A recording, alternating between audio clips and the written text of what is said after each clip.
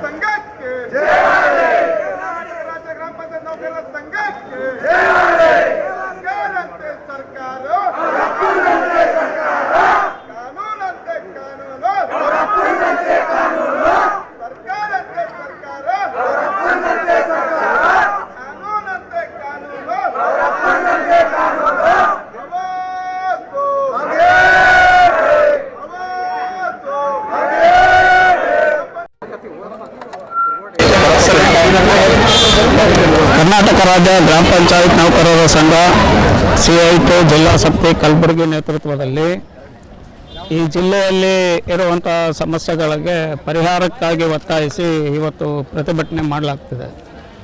ಒಂದು ಪ್ರಮುಖ ಬೇಡಿಕೆ ಏನಂತ ಹೇಳಿದರೆ, 2 ವರ್ಷದ ಹಿಂದೆ ಪ್ರಿಯಾಂಕಾ ಖರ್ಗೆ ಅವರು ಅಧಿಕಾರ ತಗೊಂಡ ತಕ್ಷಣವೇ 11,000 ಗ್ರಾಮ ಪಂಚಾಯತಿ ನೌಕರರಿಗೆ ಅನುಮೋದನೆ ಕೊಡಲಿಕ್ಕೆ ಒಂದು ಆದೇಶ ಮಾಡಿದರು.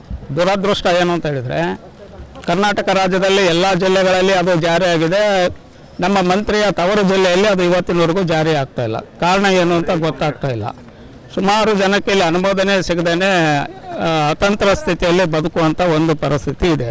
ಎಲ್ಲ ಕಾನೂನನ್ನು ಸಡಿಲಗೊಳಿಸಿ ಅನುಮೋದನೆ ನೀಡಲಿಕ್ಕೆ ಅವಕಾಶ ಮಾಡಿಕೊಟ್ಟಿದ್ದಾರೆ ಸರ್ಕಾರ ಅನುಮತಿ ಕೊಟ್ಟರೂ ಕೂಡ ಈ ಜಿಲ್ಲಾ ಪಂಚಾಯಿತಿಯಲ್ಲಿ ಅನುಮೋದನೆ ಕೊಡ್ತಾ ಇಲ್ಲ. ಇದು ಒಂದನೇದು.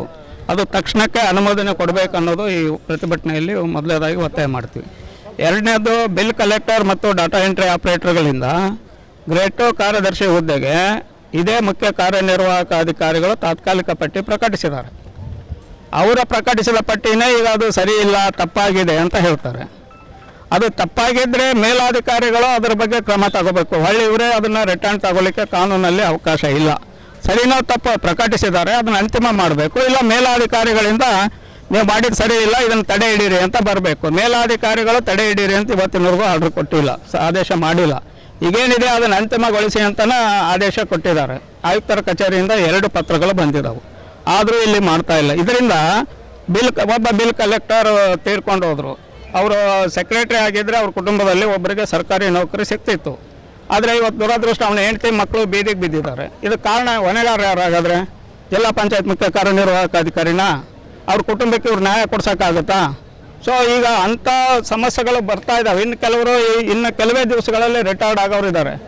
ಇವರು 2 ವರ್ಷ 2.5 ವರ್ಷದಿಂದ ಬಿಪಿಎಲ್ ರೇಷನ್ ಕಾರ್ಡ್ ಹಾಗೂ ಆಯುಷ್ಮಾನ್ ಕಾರ್ಡ್ ಫಲಾನುಭವಿಗಳಿಗೆ ಸುಜಿನಿ ಆಸ್ಪತ್ರೆಯಲ್ಲಿ ಉಚಿತ ಚಿಕಿತ್ಸೆ. ಕಲಬುರಗಿಯಲ್ಲಿ ಸ್ತ್ರೀ ರೋಗ ಹಾಗೂ ಮಕ್ಕಳ ಚಿಕಿತ್ಸೆಗಾಗಿಯೇ ಪ್ರತ್ಯೇಕ ಆಸ್ಪತ್ರೆ ಪ್ರಾರಂಭ. ಸುಜಿನಿ ಕಲ್ಯಾಣ ಕರ್ನಾಟಕ ಭಾಗದ ಅತ್ಯಾಧುನಿಕ ತಾಯಿ ಮತ್ತು ಶಿಶುವಿನ ಆರೈಕೆಯ ಆಸ್ಪತ್ರೆ. ಸ್ತ್ರೀ ರೋಗ ತಜ್ಞ ಖ್ಯಾತ ವೈದ್ಯರು ಹಾಗೂ ಮಕ್ಕಳ ತಜ್ಞ ಖ್ಯಾತ ವೈದ್ಯರ ತಂಡದಿಂದ ಕಡಿಮೆ ದರದಲ್ಲಿ ಚಿಕಿತ್ಸೆ.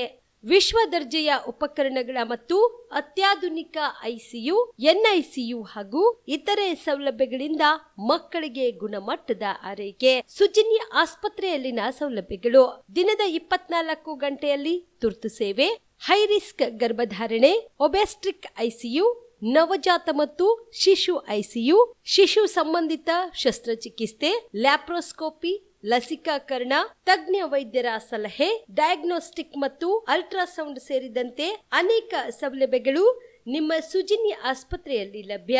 ಹೆಚ್ಚಿನ ಮಾಹಿತಿಗಾಗಿ ಸಂಪರ್ಕಿಸಿ ಸುಜಿನಿ ಆಸ್ಪತ್ರೆ, ಬಿಗ್ ಬಜಾರ್ ಎದುರುಗಡೆಗೆ, ಕಲಬುರಗಿ. ದೂರವಾಣಿ ಸಂಖ್ಯೆ 08472272727 ಅಥವಾ ಮೊಬೈಲ್ ನಂಬರ್ 9900427814.